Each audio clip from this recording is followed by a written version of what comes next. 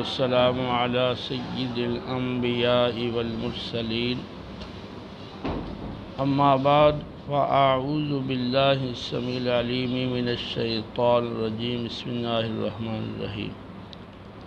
الصلاۃ والسلام علیک یا رسول اللہ وعلی آلک واصحابک سیدی یا حبیب اللہ۔ صحیح بخاری کتاب الایمان اور حدیث جبریل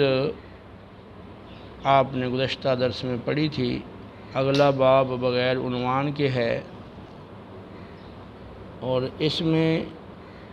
ابن عباس رضی اللہ تعالی عنہ سے نقل کیا ہے، وہ کہتے ہیں کہ مجھے ابو سفیان بن حرب نے خبر دی کہ بے شک ہرقل نے ابو سفیان سے کہا کہ میں نے تو اسے پوچھا تھا کہ جنہوں نے نبوت کا دعویٰ کیا ہے ان کے پیروکار متابعین کیا بڑھ رہے ہیں یا گھٹ رہے ہیں، تو آپ نے یہ بتایا کہ وہ بڑھ رہے ہیں۔ تو ایمان کا معاملہ اسی طرح ہوا کرتا ہے یہاں تک کہ وہ ایمان کامل ہو جاتا ہے اور تام ہو جاتا ہے۔ میں نے آپ سے یہ پوچھا کہ کیا کوئی ان کے دین سے ناراض ہو کر اور اس کو ناپسند کرتے ہوئے اسلام سے پھرا ہے اس میں داخل ہونے کے بعد، تو آپ کا یہ خیال ہے اور آپ نے یہ کہا ہے کہ نہیں۔ تو ایمان بھی اسی طرح ہوتا ہے، جب اس کی بشاشت اور اس کی مسرت اور فرحت قلوب کے اندر داخل ہو جاتی ہے تو پھر ایمان سے کوئی شخص ناراض ہو کر اور ایمان کو ناپسند کرتے ہوئے کوئی اس کو چھوڑتا نہیں ہے۔ پیچھے کتاب الوحی کی جو 7ویں روایت تھی ابو سفیان بن حرب والی، اس میں تفصیلی ہرقل کے سوالات اور ابو سفیان کے جوابات، پھر ان جوابات کی روشنی میں ہرقل کا تجزیہ اور اس کا نتیجہ نکالنا، یہ تفصیلی پیچھے آ چکا ہے۔ تو یہاں کتاب الایمان کے حوالے سے انہوں نے اس میں سے کچھ حصہ یعنی امام بخاری نے یہاں ذکر کیا کہ جو اہل ایمان ہیں وہ بڑھ رہے ہیں، اور کوئی بھی اسلام سے متنفر ہو کر یا اس کو ناپسند کرتے ہوئے وہ منحرف نہیں ہوا، مرتد نہیں ہوا۔ تو جو ایمان لا چکے ہیں وہ اس میں محکم اور مستحکم اور مضبوط ہیں، اور مزید لوگ ایمان لا رہے ہیں اور تعداد بڑھ رہی ہے۔ تو جو سچا ایمان ہوتا ہے اس کا معاملہ اسی طرح ہوتا ہے۔ تو ایمان بڑھتا رہتا ہے۔ تو امام بخاری کا جو اصل مقصود ہے وہ یہی ہے۔ باقی ہم اپنا بھی جائزہ لیں کہ ایمان لانے کے بعد اب ہمارا ایمان وہ کتنا بڑھتا ہے اور کتنا ہمیں ایمان اور اسلام کے تقاضوں پر اور ان کے احکام پر چلنے کا شوق، ذوق، جذبہ وہ کتنا ہوتا ہے۔ تو ایمان کی صحت اور اس کے ساتھ ایمان کا مضبوط ہونا، قوی ہونا اور ایمان کامل ایمان کا بڑھنا، تو وہ اعمال کے بڑھنے سے، دین کے ساتھ لگاؤ اور محبت کے بڑھنے سے، آزمائشیں آنے کے باوجود ان پر استقامت اور ثابت قدم رہنے سے ہوتا ہے۔ تو اس روشنی میں اپنا جائزہ لینا چاہیے اور دیکھنا چاہیے کہ کیا ہمارے قلوب میں جو ایمان کی بشاشت ہے وہ داخل ہوئی ہے، تو اس کے اثرات وہ ہو رہے ہیں ظاہر اعمال کی صورت میں اور دین سے لگاؤ اور محبت کی صورت میں۔ اس حوالے سے اپنا محاسبہ کر کے اپنی کمی کوتاہی کو دور کرنا چاہیے۔ اگلا باب ہے باب فضل من استبرأ لدینہ۔ جس شخص نے اپنے دین کو محفوظ کر لیا تو اس کی فضیلت کے بارے میں یہ باب ہے۔ امام بخاری رحمۃ اللہ تعالی علیہ نے اپنی سند سے نعمان بن بشیر رضی اللہ تعالی عنہ سے روایت نقل کی ہے۔ وہ کہتے ہیں کہ میں نے رسول اللہ صلی اللہ علیہ وسلم کو فرماتے ہوئے سنا، آپ صلی اللہ علیہ وسلم نے ارشاد فرمایا کہ الحلال بین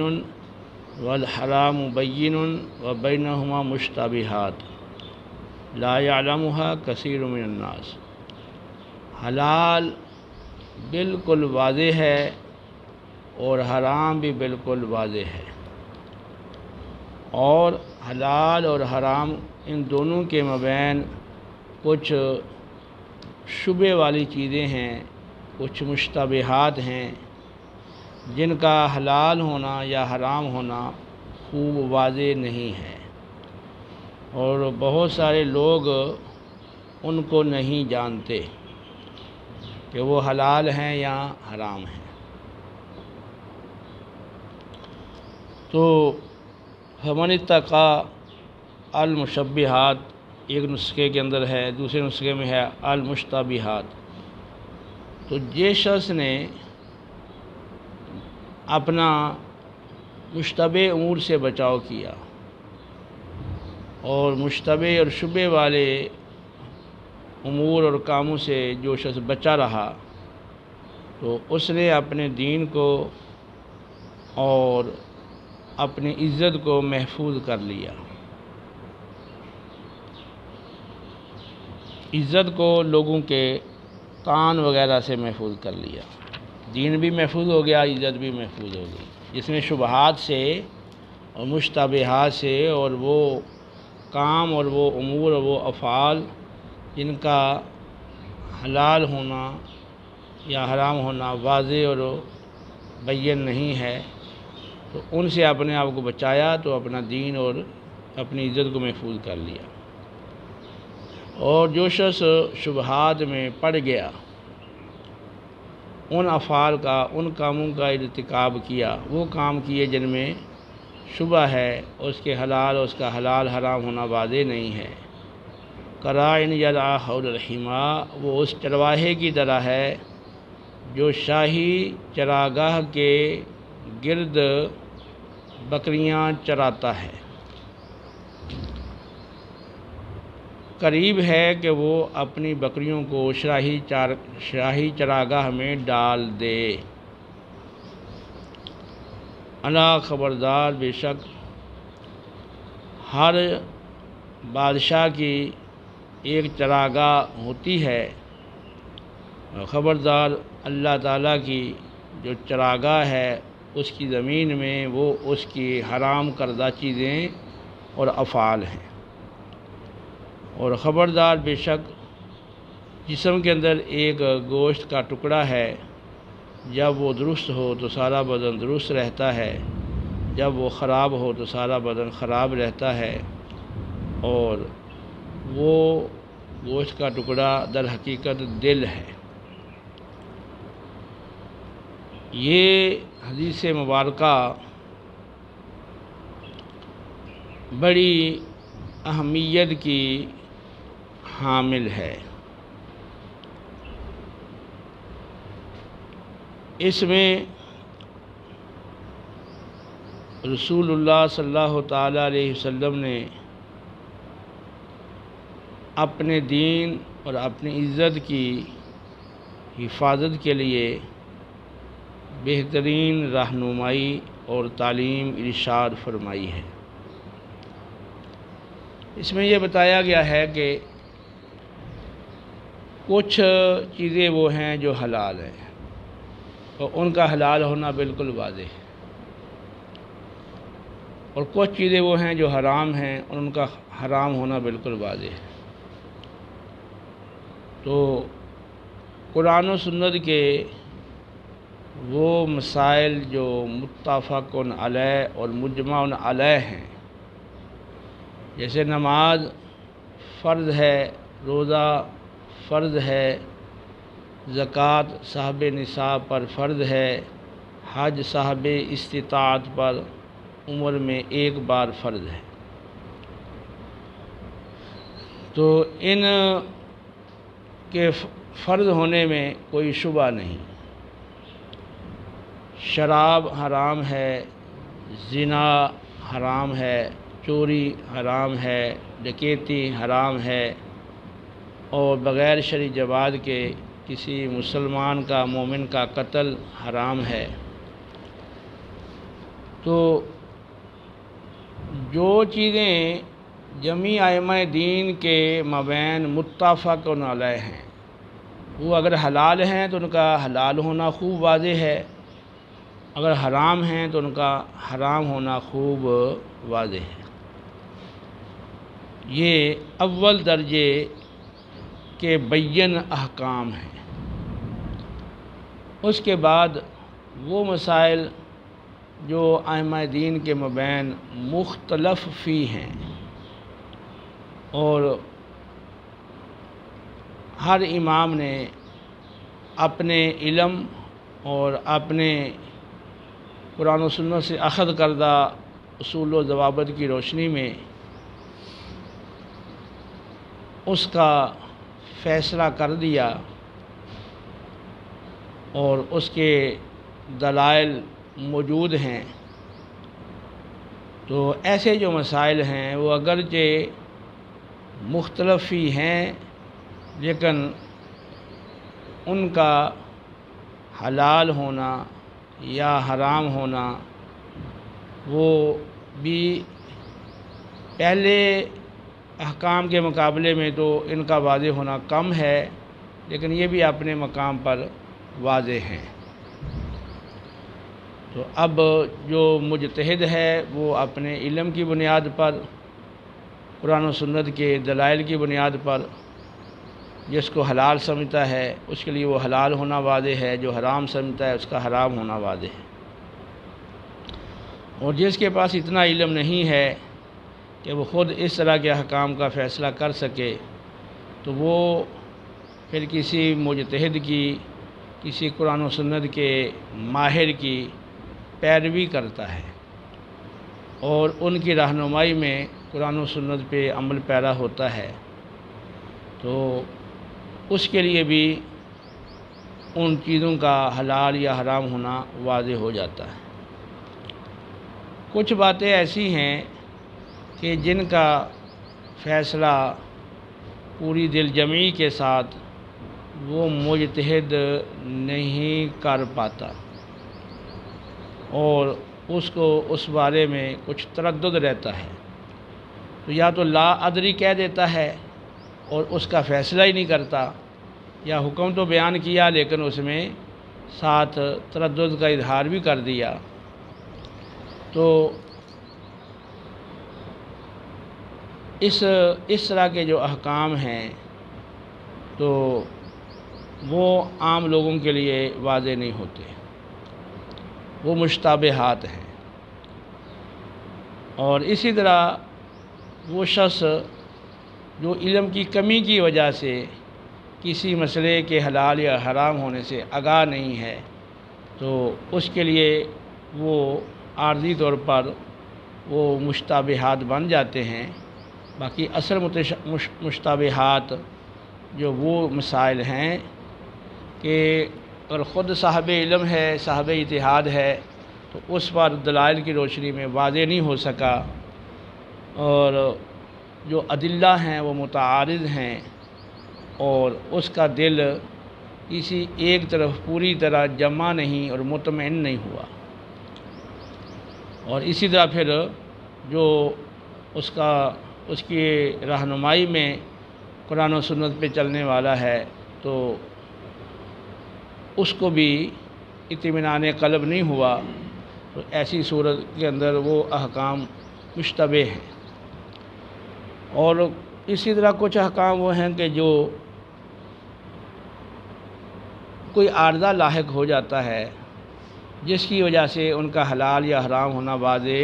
نہیں ہو سکتا۔ رسول اللہ صلی اللہ تعالیٰ علیہ وسلم آپ نے راستے میں پڑی ہوئی ایک کھجور دیکھی، تو آپ نے وہ کھجور اٹھا لی اور پھر فرمایا کہ اگر مجھے اس بات کا اندیشہ نہ ہوتا کہ ممکن ہے یہ کھجور صدقے کی ہو تو میں اس کو کھا لیتا۔ تو اب چونکہ اس بارے میں واضح نہیں ہے کہ یہ صدقے کی کھجور ہے یا صدقے کی نہیں ہے، تو صدقہ چونکہ آپ صلی اللہ علیہ وسلم کے لیے اور آپ کی آل کے لیے حلال نہیں، صدقہ واجبہ یعنی زکوٰۃ، صدقہ فطر اور عشر، جو یہ صدقات واجبہ ہیں وہ آپ کے لیے، آپ کی آل کے لیے حلال نہیں، تو آپ نے پھر اس کھجور کو تناول نہیں کیا۔ تو اگر کسی عام شخص کو اس طرح کی کوئی صورتحال پیش آ جاتی ہے تو اب اس کو نہیں پتہ کہ یہ چیز جو میرے سامنے موجود ہے یہ حلال طریقے سے مجھ تک پہنچی ہے یا حرام طریقے سے پہنچی ہے، تو بعض صورتوں میں یہ شبہ عارض ہو جاتا ہے۔ تو ایسی صورت میں بھی دین کا اور ایمان کا اور تقوی کا تقاضا یہ ہے کہ جو شبہات والی چیزیں ہیں ان کو چھوڑ دے۔ اور اس حوالے سے آپ کو جو اپنے اسلاف ہیں اور ائمہ دین ہیں اور بڑے بڑے اولیاء اعظام گزرے ہیں، صاحب تقوی لوگ گزرے ہیں، ان کی زندگیوں میں اور ان کی سیرت میں آپ کو اس طرح کے کئی واقعات ملیں گے کہ انہوں نے کسی چیز کو شدید حاجت ہونے کے باوجود بھی محض شبہ کی بنا پر چھوڑ دیا اور استعمال نہیں کیا۔ تو جب بندے کے اندر وہ تقوی آ جاتا ہے، اللہ کا ڈر اور خوف اور خشیت آ جاتی ہے، اور اخروی حساب کتاب کی فکر پیدا ہو جاتی ہے، تو پھر وہ اللہ کی ناراضگی سے بچنے کے لیے ہر ممکنہ کوشش کرتا ہے، اللہ کی رضا کو پانے کی ہر ممکنہ کوشش کرتا ہے، پھر وہ ایسی باتوں سے بھی اور ایسے کاموں سے بھی بچتا ہے جن کے کرنے کی وجہ سے اللہ کی ناراضگی کا اندیشہ ہو یا گناہ میں پڑنے کا اندیشہ ہو۔ تو فرمایا کہ جس نے شبہات سے بچ گیا اور ایسے کاموں سے اور ایسے افعال سے بچ گیا اور وہ کام اس نے چھوڑ دیے جن میں شبہ تھا اور جن کے کرنے سے گناہ میں پڑ جانے کا اندیشہ تھا، تو اگر اس نے ان کاموں کو چھوڑ دیا ہے تو اس نے اپنے دین کو بھی محفوظ کر لیا، اور لوگوں کی طرف سے ان افعال کے کرنے پر جو تان کا معاملہ تھا اس سے بھی اپنے آپ کو محفوظ کر لیا۔ یہ تو وہ ہے شخص جو مشتبہات سے اپنے آپ کو بچا لیتا ہے، تو اس نے اپنا دین اور اپنی عزت کو محفوظ کر لیا۔ اور دوسرا وہ شخص جو ان شبہات میں پڑتا ہے اور اس کو کوئی فکر نہیں ہوتی، کوئی پرواہ نہیں ہوتی، بے دھڑک ہر موقع پر وہ شبہ والا کام کر گزرتا ہے، اور وہ یہ نہیں سوچتا کہ ہو سکتا ہے یہ کام ناجائز ہو، یہ گناہ ہو اور آخرت میں اس وجہ سے میری پکڑ ہو، تو وہ شبہات میں پڑا رہتا ہے۔ تو اس کی ایک مثال دی ہے، فرمایا کہ وہ اس چرواہے کی طرح ہے جو شاہی چراگاہ کے ارد گرد بکریاں چراتا ہے۔ اب شاہی چراگاہ وہ عام چراگاہوں کے مقابلے میں زیادہ سرسبز اور زیادہ عمدہ اور زیادہ وہ اچھی ہوتی ہے۔ تو جہاں اچھی گھاس ہوگی، زیادہ سرسبز گھاس ہوگی، عمدہ گھاس ہوگی، وہ لازمی بات ہے کہ جب جانوروں کی جو قریب چرنے والے ہیں ان پہ نظر پڑے گی تو وہ بھاگ کر اس کے اندر داخل ہو جائیں گے۔ ان کو تو نہیں پتہ بھی یہ شاہی چراگاہ ہے اور یہاں پر جانے سے یہ کوئی ہمیں نقصان ہوگا، تو وہ بے دردگ چلے جاتے ہیں۔ اچھا، وہ چلا جائے گا تو اب کیا ہوگا؟ وہ بادشاہ اس چرواہے کو پکڑ لے گا، اب اس کو وہ سزا دے گا۔ تو اب وہ بادشاہ کی سزا کی حد کو پہنچ گیا۔ وجہ کیا بنی کہ اس نے شاہی چراگاہ کے گرد اپنی بکریاں چرائیں، اور معلوم بھی تھا کہ یہاں بکریاں یہ شاہی چراگاہ کے اندر جا سکتی ہیں، تو اس کو چاہیے تھا کہ وہ دور دور رہتا شاہی چراگاہ سے، تاکہ بکریوں کے شاہی چراگاہ میں داخل ہونے کا وہ اندیشہ نہ رہتا۔ تو لیکن اس نے جان بوجھ کے ساتھ چرائی اور پرواہ نہیں کی، تو بکریاں داخل ہو جائیں گی تو بادشاہ پھر اس کو سزا دے گا، اور وہ سزا تو پھر وہ بادشاہ کی اپنی مرضی پر ہے، اپنے مزاج پر ہے۔ غصے میں آ جائے اگر تو وہ قتل کا بھی حکم دے سکتا ہے، یا اور کوئی سخت سزا بھی دے سکتا ہے۔ جیسے مختلف بادشاہوں کے حالات آپ نے پڑھے اور سنے ہوں گے، تھوڑا سا غصہ آ گیا، بس غصے میں پھر جب آ جاتے ہیں تو سخت سے سخت سزا کا حکم دے دیتے ہیں، اور اگر موڈ اچھا ہو تو پھر وہ بعض اوقات چھوٹی سی بات پہ بڑا انعام بھی دے دیتے ہیں۔ تو فرمایا گیا کہ اب یہ جو شبہات میں پڑنے والا شخص ہے، یہ شاہی چراگاہ کے گرد چرانے والے بکریاں چرانے والے چرواہے کی طرح ہے۔ تو جس طرح شاہی چراگاہ گرد چرانے والا چرواہا وہ خطرے سے خالی نہیں ہے، اور یہ شبہات میں پڑنے والا یہ بھی خطرے سے خالی نہیں ہے۔ اب آپ نے جو اصل مقصود تھا پھر اب اس کی مزید وضاحت فرما دی۔ فرمایا کہ ہر بادشاہ کی چراگاہ ہوتی ہے، یہ تو دنیا کے اندر تم دیکھتے ہو، وہاں اس کے مویشی، اس کے جانور وہاں چرتے ہیں۔ تو جس طرح ہر بادشاہ کی چراگاہ ہوتی ہے، تو جو بادشاہ حقیقی ہے اللہ رب العالمین، تو اس کی جو یہ زمین ہے اس میں اس کی بھی چراگاہ ہے۔ تو جو اللہ تعالیٰ کی چراگاہ ہے وہ کیا ہے؟ اس کے حرام کردہ افعال ہیں، جو باتیں، جو کام، جو افعال اس نے حرام قرار دیے ہیں، تو اس کی حرام کردہ چیزیں اور محرمات وہ اس کی چراگاہ ہیں۔ ٹھیک ہے؟ تو اب جو شبہات میں پڑتا ہے تو وہ حرام جو کام ہیں ان کے ساتھ اتصال ہے ان شبہات کا، جو شبہ والی چیزیں ہیں۔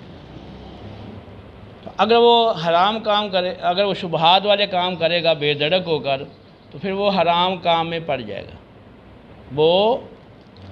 تو جس طرح شاہی چراگاہ کے گرد چرانے والا بکریاں چراتا ہے، تو بکریاں شاہی چراگاہ کے اندر وہ چلی جاتی ہیں، اس کے جانے کا کبھی امکان ہے، اور اگر بکریاں چلی گئیں تو پھر چرواہے کو بادشاہ سزا دے گا، اور وہ سخت سے سخت سزا بھی دے سکتا ہے۔ تو اب اللہ تعالیٰ کی جو چراگاہ ہے وہ ہے اس کی حرام کردہ چیزیں۔ اب جو شبہات میں پڑتا ہے تو وہ گویا کہ اس شاہی چراگاہ کے ارد گرد وہ گویا کہ وہ چر رہا ہے یا چرا رہا ہے اپنے نفس کو۔ تو اب جس طرح وہ بکریاں شاہی چراگاہ کے پاس چرنے والی شاہی چراگاہ میں داخل ہو جاتی ہیں، تو یہ جو شبہات ہیں ان میں پڑنے والا وہ جو اللہ کی چراگاہ ہے یعنی حرام کام ان میں وہ پڑ جاتا ہے۔ تو اب ان میں پڑے گا تو کیا ہوگا؟ پھر حرام کاموں پر جو سزائیں مقرر ہیں اس میں دنیاوی سزائیں بھی ہیں اور اخروی سزائیں بھی ہیں۔ اور دنیاوی جو سزائیں ہیں، ایک تو وہ ہے کہ جو حاکم وقت دیتا ہے، چوری کرنے پر ہاتھ کاٹے جاتے ہیں، زنا پر اگر غیر شادی شدہ ہے تو 100 کوڑے، شادی شدہ ہے تو رجم کیا جاتا ہے، اور اگر حد قذف کسی پاک دامنہ عورت پہ زنا کی جھوٹی تہمت لگا دی ہے تو اس پر 80 کوڑے وہ لگائے جائیں گے۔ شراب پی لی ہے تو اس پہ کوڑے مارے جائیں گے، ٹھیک ہے، 40 یا 80، ٹھیک ہے، تو بعد میں 80 کوڑے مقرر کر دیے گئے شرابی کے لیے۔ اور اسی طرح اور کام ہیں گناہ کے اور حرام کام جن پہ شریعت نے ایک فکس سزا تو نہیں رکھی، لیکن حاکم کو یہ اذن دیا ہے کہ وہ اس پہ مناسب سزا جو ہو وہ دے۔ تو اس طرح دنیا میں جب سزا ملے گی تو رسوائی ہوگی یا نہیں ہوگی، ذلت ہوگی کہ نہیں ہوگی، تو عزت جاتی رہی ہے اس کی۔ اور پھر کچھ وہ سزائیں ہیں جو اللہ تعالیٰ نے دنیا میں ہی رکھی ہیں، لیکن وہ حاکم تو نہیں دیتا، وہ اللہ کی طرف سے، بیماری کی شکل میں، حادثے کی شکل میں، اور جان و مال میں کمی کی شکل میں، پیداوار میں کمی کی شکل میں، اور تنگ دستی کی شکل میں، مختلف انداز سے وہ اللہ کی طرف سے وہ سزا ملتی ہے اس کو نافرمانی کی۔ پھر اس کے بعد موت کی سختیاں، قبر کے احوال، پھر قیامت کی ہولناکیاں، پھر اللہ کی بارگاہ کی حاضری، حساب و کتاب، پھر اس کے بعد آگے دوزخ کے عذابات۔ یہ چیزیں اس کے لیے ہو سکتی ہیں جو نافرمانی کرتا ہے، حرام کاموں کا ارتکاب کرتا ہے۔ تو نبی کریم علیہ السلام نے ایک بہت اچھی اور خوبصورت مثال دے کر سمجھایا ہے کہ جو شبہ والی چیزیں ہیں ان کو بھی چھوڑ دو، ٹھیک ہے، جن کاموں کے کرنے کی وجہ سے آپ کو گناہ میں پڑ جانے کا اندیشہ ہے، تو ایک تو وہ شبہ والی چیزیں ہیں، اور ایک وہ چیزیں ہیں جن کے حلال یا حرام ہونے میں تو شبہ نہیں ہے، لیکن اگر آپ اس حلال کام کو کریں گے تو پھر بھی گناہ میں پڑنے کا اندیشہ ہوتا ہے۔ دیکھیں بہت سارے احکام وہ ہیں کہ جو فی نفسہ ہی جائز ہیں، لیکن اس جائز کام کو کرنے کی وجہ سے آگے کسی گناہ میں پڑنے کا اندیشہ ہے، اس وجہ سے ان جائز کاموں سے روکا گیا۔ ان کو کہتے ہیں سدن للذرائع، سدن للذرائع، یعنی جو گناہ کے ذرائع ہیں ان کو بند کرنے کے لیے، جو فتنے کے ذرائع ہیں ان کو بند کرنے کے لیے کسی کام سے روکنا۔ اب جو خواتین کو قبرستان میں جانے سے روکا گیا، تو فی نفس ہی تو قبرستان میں جانا ایک مسنون عمل ہے، اور اس سے آخرت کی یاد آتی ہے، موت کی یاد آتی ہے، آخرت کی فکر پیدا ہوتی ہے، تو یہ عمل بھی مسنون ہے اور اس کا جو فائدہ ہے وہ بھی ہے، لیکن عورتوں کے قبرستان میں جانے سے بعض فتنوں کا اندیشہ ہے، اور جب وہ جاتی ہیں تو بعض کا اس فتنے میں پڑ جاتی ہیں۔ تو اب وہ کام ایک جائز تھا، لیکن اس جائز کام کے کرنے سے آگے وہ گناہ میں وہ پڑ گئے۔ اسی طرح آپ ایسی جگہ پہ جاتے ہیں جہاں آپ کو پتہ ہے کہ بے پردہ بنی سوری میک اپ کیے ہوئے خواتین موجود ہیں، اور وہاں پر ماحول اس طرح کا ہے، اور اگر وہاں میں جاتا ہوں تو وہاں پر بدنگاہی اور کسی اور گناہ میں ملوث ہو جانے کا اندیشہ ہے۔ تو اب فی نفس ہی اگرچہ اس مقام سے گزرنا، اس وہاں جانا جائز ہو، لیکن اب وہ خرابی میں پڑ جانے کا اندیشہ ہے، تو اب اس کام سے بھی رکنا چاہیے، یہ تقاضا ہے شریعت کا۔ نبی کریم علیہ السلام کی بارگاہ میں وہ وفد آیا تھا، اگلی حدیث آ رہی ہے تو وہاں پر بھی میں اس کو ذکر کروں گا کہ انہوں نے کہا تھا یا رسول اللہ ہمیں اتنی کی اجازت دے دے، اسے ہتھیلی سے ایک اشارہ کر کے بتایا، میں نہیں، میں اتنی اجازت دوں گا تو تم پھر وہ اتنے جو ہے نا وہ پینے لگ جاؤ گے۔ تو ایک وہ امور ہیں جن کے بارے میں فیصلہ آپ نہیں کر پا رہے اور آپ کے پاس فیصلہ اور حکم واضح نہیں ہے کہ یہ حلال ہے یہ حرام ہے، تو اب اس سے آپ اس لیے بچ رہے ہیں کہ ہو سکتا ہے یہ حرام ہو، تو پھر آپ حرام میں پڑ جائیں۔ حلال ہونے کا بھی احتمال ہے اور حرام ہونے کا بھی احتمال ہے، تو اب اس لیے چھوڑ دیں کہ کہیں حرام میں نہ پڑ جائیں۔ اور ایک وہ ہے کہ وہ ہے تو حلال، لیکن اس حلال